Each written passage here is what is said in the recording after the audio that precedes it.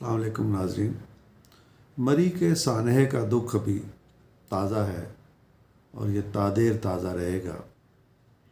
اس دوران میں 2-4 دن جو گزر گئے ہیں ان میں یہ تجزیہ کرنے کی کوشش بھی کی جا رہی ہے کہ یہ سانحہ کیوں رونما ہوا، اس کے ذمہ دار کون ہے، اور اس کے ساتھ ہی ٹرولنگ بریگیڈ بھی حرکت میں آ گیا ہے جو مختلف طبقات کو اپنی ٹرولنگ کا نشانہ بنا رہا ہے۔ ٹرولنگ کا نشانہ بننے والا ایک طبقہ مری کے مقامی لوگوں کا بھی ہے۔ سب سے زیادہ بیشنگ ان کی جا رہی ہے، لعنت ملامت ان کو کی جا رہی ہے، انہیں بے حس قرار دیا جا رہا ہے، انسانیت سے عاری قرار دیا جا رہا ہے، اور یہ کہا جا رہا ہے کہ یہ لوگ مجبور لوگوں کی مجبوری سے فائدہ اٹھاتے رہے اور دولت بناتے رہے، اور یہی سبب ہے مری کے سانحے کا۔ ناظرین، آج کی نشست میں ہم اس پہلو کا تجزیہ کرنے کی کوشش کریں گے کہ اس سانحے کا ذمہ دار مری والے کتنے ہیں اور اس سانحے کا بنیادی اور اصلی سبب کیا ہے۔ ناظرین، کسی بھی شہر کی مینجمنٹ کی بنیادی ذمہ داری ڈسٹرکٹ مینجمنٹ پر ہوتی ہے۔ ڈسٹرکٹ مینجمنٹ ہی کسی علاقے کے سیاہ و سفید کی ذمہ دار ہوتی ہے، اور اسی کی بنیادی ذمہ داری ہے کہ وہ شہر کا انتظام کو درست رکھے، بازاروں کو درست رکھے، کتنی آبادی وہاں رہنی چاہیے، کتنے لوگوں کو باہر سے آنا چاہیے، نہیں آنا چاہیے، کتنا ٹریفک آنا ہے، نہیں آنا، یہ ساری ذمہ داری ڈسٹرکٹ مینجمنٹ کے 2 عہدیداروں کی ہے، ایک ڈی سی او کی اور دوسری ڈی پی او کی۔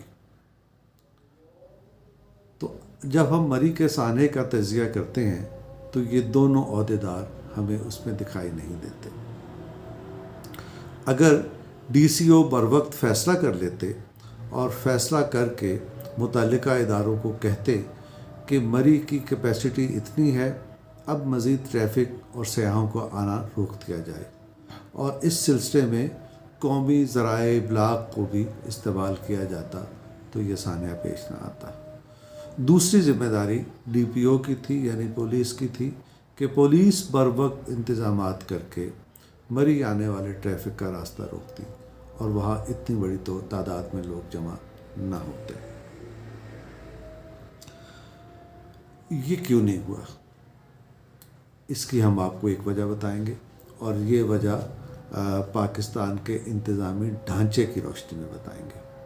دوسرا سبب ہوٹل انڈسٹری، مری کی ظالم ہوٹل انڈسٹری، جس کے بارے میں کہا جاتا ہے کہ 1000-2000 روپے کا کمرہ وہاں 20-25 ہزار اور 50 ہزار پر نائٹ پر دیا گیا۔ یہ ان اطلاعات میں صداقت ہو سکتی ہے اور ہوگی، مری کے بارے میں ایسی اطلاعات آتی رہتی ہیں کہ ایسا ہوتا ہے۔ تو ناظرین، سوال یہ ہے کہ یہ کس کی ذمہ داری ہے کہ وہ اس مینجمنٹ کو، ہوٹل مینجمنٹ کا خیال رکھے اور ہوٹلوں کی جو لوٹ مار ہے اس پہ نظر رکھے۔ اس کو بھی، اس مسئلے کا بھی ہم جائزہ پاکستان کی مینجمنٹ کی، سرکاری مینجمنٹ کی روشنی میں لیں گے۔ تاریخ یہ بتاتی ہے کہ پاکستان میں جنرل مشرف کے زمانے سے پہلے جب مجسٹریسی نظام تھا تو مجسٹریٹ کے سامنے شہر کے سارے مسائل اور جرائم اور جو چیزیں ہیں اس کی عدالت میں پیش ہوتے تھے، اور مجسٹریٹ کی اتھارٹی اپنے علاقے پر قائم ہوتی تھی۔ وہاں بازاروں میں مہنگائی کو بھی وہ دیکھتا تھا، اور جیسے کہ ہوٹل کا معاملہ ہے یہ بھی، اور دیگر تمام معاملات اور باقی محکمے بھی مجسٹریٹ کو جواب دے دیتے تھے۔ اس کی عدالت جو ہے، عدالت اس کی حاکمیت اور اس کی اتھارٹی کو قائم کرنے کا ایک ذریعہ تھی، اور لوگ اس کے اختیار کو تسلیم کرتے ہوئے اس کے حکم کو بجا لاتے تھے۔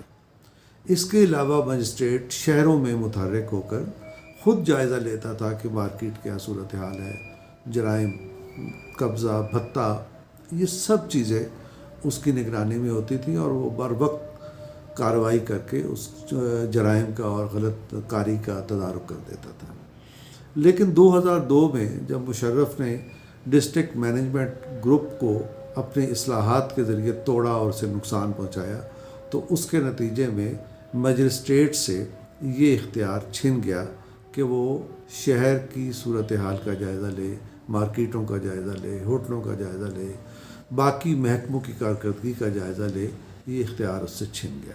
جب اس سے یہ اختیار چھن گیا تو یہ اختیار سول جج کو دے دیا گیا۔ آپ جانتے ہیں کہ جو سول جج ہے وہ فیلڈ آفیسر نہیں ہے، وہ اس کا تعلق اپنی عدالت سے ہے اور اپنی عدالت میں بیٹھ کے وہ فیصلے کرتا ہے۔ تو لہٰذا جو مجسٹریسی سے اختیارات کا چھن جانا، سول جج کو اختیارات کا چلے جانا، اس کے نتیجے میں خلا پیدا ہو گیا اور مارکیٹ کو کنٹرول کرنے والی کوئی اتھارٹی باقی نہیں رہی۔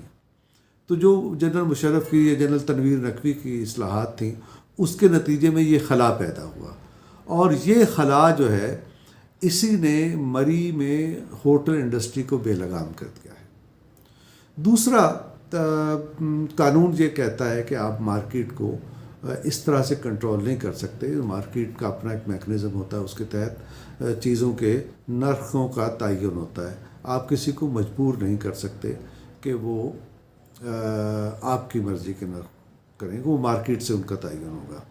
اس حد تک ٹھیک ہے، لیکن اچانک ایک گھنٹے میں مارکیٹ لوگوں کی مجبوری سے فائدہ اٹھانے لگے، ایکسپلائٹیشن ہونے لگے، تو اس کی اجازت نہیں ہے، قانون اس کی اجازت نہیں دیتا۔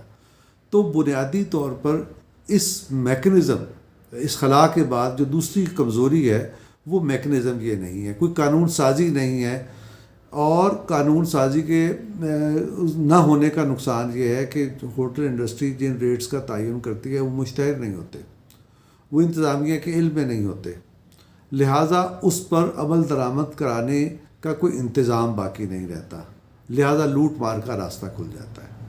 تو یہ دوسرا مسئلہ ہے، یہ دوسرا مسئلہ بھی انتظامی ہے، اور یہ پیدا ہوا، دیکھیے 2002 سے پہلے مری میں ایسا نہیں تھا، 2002 کے بعد مری میں ایسا ہوا۔ تو اس کی وجہ کیا ہے؟ اس کی وجہ یہی ہے کہ مجسٹریسی نظام کا خاتمہ، اختیارات سول جج کو منتقل ہونے، اور سول جج کا اپنی عدالت سے باہر نکل کر مارکیٹ کا جائزہ نہ لینا، اور وہ سول جج لے نہیں سکتا، اس کا اپنا منصب اور طرح کا ہے۔ بیسیکلی جو اختیارات کی تقسیم ہوئی 2002 میں وہ تباہ کن تھی، اس کے نتیجے میں یہ خرابی پیدا ہوئی۔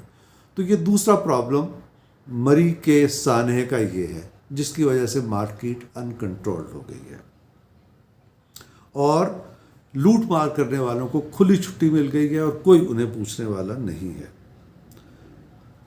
یہ دوسری صورت ہوئی۔ لیکن اگر مشرف سے پہلے والا مجسٹریسی نظام ہوتا اور ڈی سی نظام ہوتا تو ایسا کبھی نہ ہو پاتا۔ اب آپ جو ٹریفک رک گیا کلڈنا روڈ پر ایبٹ آباد کی طرف جانے والا، اور جہاں یہ حادثہ ہوا اور 22-23 افراد شہید ہو گئے، اپنی جانوں سے گئے، وہاں جو ٹریفک جام ہوا اور برف نہیں ہٹائی جا سکی، اس کا سبب بھی سمجھ لیجیے۔ اس کا سبب ایک شہزاد نامی ایک آزاد کشمیر کے باشندے ہیں جو پوری رات اس ٹریفک میں پھنسے رہے۔ وہ یہ بتاتے ہیں کہ سنی پوائنٹ جو ہے، سنی پوائنٹ پر برف ہٹانے والوں کا جو بھی ادارہ ہے اس کا دفتر ہے، انہوں نے خود اپنی آنکھوں سے دیکھا کہ بہت سارے بلڈوزر اور آلات اس دفتر کے اندر رات بھر کھڑے رہے، وہ متحرک نہیں ہوئے۔ ایک پہلو۔ دوسرا پہلو اس کا یہ تھا کہ جو گاڑیاں متحرک تھیں اور وہ مختلف مقامات پر موجود تھیں، ان میں جو عملہ تھا وہ غیر تربیت یافتہ تھا۔ وہ جب متحرک ہوتا تھا عملہ، کسی گاڑی کو نقصان پہنچا دیتا تھا، کوئی حادثہ کر دیتا تھا۔ تو ان کے مشاہدے کے مطابق عملہ اس وقت تربیت یافتہ نہیں تھا، اور وہ رات بھر اسی عملے نے جو کچھ کیا یا جو کچھ نہیں کیا، یہ اس عملے کی ذمہ داری ہے۔ صبح 8-9 بجے کے بعد جب شفٹ تبدیل ہوئی تو عملہ بھی تبدیل ہوا، عملہ تبدیل ہوا تو تیزی سے کام بھی شروع ہو گیا، اور ٹریفک بھی بحال ہوا، برف بھی ہٹ گئی، تو یہ دوسرا فرق پیدا ہوا۔ اب آپ یہ دیکھیے کہ جو ماضی کا 2002 سے پہلے کا کمشنری نظام، جو مجسٹریسی نظام تھا، اس کے تحت کسی بھی علاقے کی پورے محکموں کا ذمہ دار سربراہ ڈپٹی کمشنر ہوتا تھا۔ تو جنرل مشرف کی اصلاحات سے یہ منصب ابالش ہو گیا، ختم ہو گیا، اور اس کے نتیجے میں کوئی ایک ایسا آدمی نہیں رہا، جو ایسا منصب نہیں رہا جو اداروں کی سربراہی کرے۔ ڈی سی او ہے، ڈسٹرکٹ کوآرڈینیشن آفیسر موجود ہے، لیکن اس کے پاس یہ اتھارٹی نہیں ہے۔ بعد میں جب حکومت پنجاب نے اور خیبر پختونخوا نے یہ نظام بحال بھی کیا تو وہ اپنی اصل روح کے ساتھ بحال نہیں ہو سکا۔ لہٰذا اب جو شہروں کے اندر اور سوسائٹی کے اندر ہمارے محکمے ہیں وہ ہیڈ لیس ہیں، ان کا سربراہ کوئی نہیں ہے۔ تو یہی وجہ ہے کہ آپ کو 22-23 گھنٹے تک جو قیامت برپا رہی وہاں کلڈنا روڈ پر، اس کو سنبھالنے والا کوئی نہیں تھا۔ اگر ڈپٹی کمشنر کا نظام ہوتا تو یہ کیفیت نہ ہوتی۔ راتوں رات عملے کو طلب کر کے، تربیت یافتہ عملے کو طلب کر کے یہ مسئلہ حل کر لیا جاتا اور یہ سانحہ رونما نہ ہوتا۔ اب آئیے تیسرے پہلو کی طرف، ٹرالنگ جو مری والوں کی ہو رہی ہے۔ میری مری میں لوگوں کے ساتھ رابطہ برقرار ہے۔ وہاں کے ایک مقامی نوجوان رہنما جو بہت پڑھے لکھے اور متحرک سماجی رہنما ہیں، فرحان ارشد عباسی۔ فرحان ارشد عباسی ایک بہت متحرک سماجی کارکن ہے، اور انہوں نے لوگوں کو ریسکیو کرنے کے سلسلے میں اپنی ٹیم کے ساتھ اور اپنے دوستوں کے ساتھ تاریخی کام کیا ہے۔ وہ یہ بتاتے ہیں کہ مری کے لوگوں کو اس سانحے کی خبر ہی نہیں ہو سکی۔ خبر نہ ہونے کی وجہ کیا تھی؟ خبر نہ ہونے کی وجہ یہ تھی کہ وہاں بجلی نہیں تھی، وہاں ٹی وی کام نہیں کر رہا تھا، خبر کا کوئی ذریعہ نہیں تھا، ٹیلی فون ڈسچارج ہو چکے تھے لوگوں کو۔ اگر کسی کی گاڑی تھی، کسی کا موٹر سائیکل تھا، تو کوئی نظام بنا کے اگر اس نے اپنا فون چارج کر لیا تو چارج کر لیا، ورنہ فون خبر کے حصول کا کوئی ذریعہ مری میں نہیں تھا۔ اور وہ بجلی بحال ہوئی ہے پیر کو جا کے، 4 دن کے بعد وہاں بجلی بحال ہوئی ہے، اور مری کے لوگ اس ساری صورتحال سے بے خبر تھے۔ سنی سنائی جو بات پہنچی تو اگلی صبح جب سانحہ ہو چکا تھا تو لوگ متحرک ہوئے اور لوگوں نے ریسکیو کرنا شروع کیا۔ تو اس صورتحال میں مری کے لوگوں کی ٹرالنگ جو ہے وہ ظلم ہے، وہ زیادتی ہے، یا دوسرے معنوں میں یہ کہیے کہ حالات اور سسٹم سے ناواقفیت کا نتیجہ ہے۔ یا اگر کوئی حالات اور سسٹم سے واقف ہے، اس کے باوجود مری والوں کی ٹرالنگ کر رہا ہے، تو وہ بدنیت ہے۔ وہ بدنیتی کی وجہ سے ایسا کر رہا ہے، وہ حقائق پر پردہ ڈالنا چاہتا ہے، وہ حقائق کو چھپانا چاہتا ہے۔ ناظرین، آج کے لیے اتنا ہی۔ اللہ تعالیٰ ہمیں یہ توفیق دے کہ ہم حق اور سچ کی بات کر سکیں، اور سچ کو چھپانے سے گریز کریں اور حقائق کا سامنا کرنے والے بنیں۔ خدا حافظ۔